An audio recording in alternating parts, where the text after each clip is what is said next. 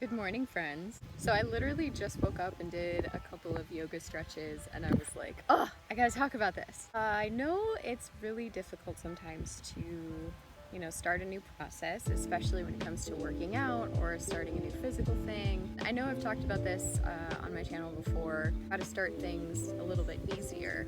But I want to propose a couple of thought processes maybe that will help. The process before you even start, right? So when you make that decision to go forward with something physical, especially working out, I find that it's really hard to do if you don't align it with your current lifestyle. I know for a lot of people, myself included, when I want to go into a new physical practice, say yoga or dancing or whatever else you want to try that's a little bit more challenging than what you may normally be doing right now, it can be a little bit hard to decide how to go forward with it and with what level of intensity, especially if it's a new thing and we don't know how to do it or what we're doing, and especially if we're going to self-guide. So if we're going to do it from home, if we're going to do it from the internet and not have somebody one-on-one with you, it can be really challenging to decide what to do and how to do it. And so I want to propose a couple of things that help me whenever I'm doing something new, and that is to decide what your baseline is going to be. What I mean by that is your baseline activity level or your baseline functionality throughout the day. What are you most comfortable with right now? So where are you currently with that? What are you allowing into your day that's gonna, create the decisions that you're making every day? And then how are you willing to shift this new process into your current lifestyle? Are you willing to carve out time for it, or is it just going to be something that you really want to do and then never decide to do it? So it's all about aligning it to your lifestyle, your current lifestyle, and knowing that you may have to take a couple of shifts in your current lifestyle to create a new baseline, every single day this is what I'm doing to move forward.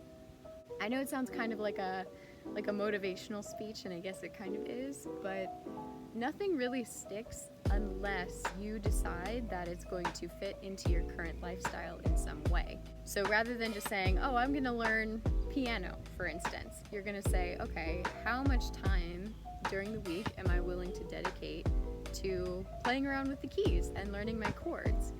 And if something in your body says, I don't think that's going to happen, or I don't think I can fit that in to my current regimen, then it's probably not going to stick and you're going to be met with a lot of frustration. If you're ready to start a physical practice, my advice to you is to look at your week, look what you do throughout the week, look where you have some extra time or some time that you're willing to shift from one current activity, like watching TV or doing something sedentary or whatever it is. It's your choice, of course.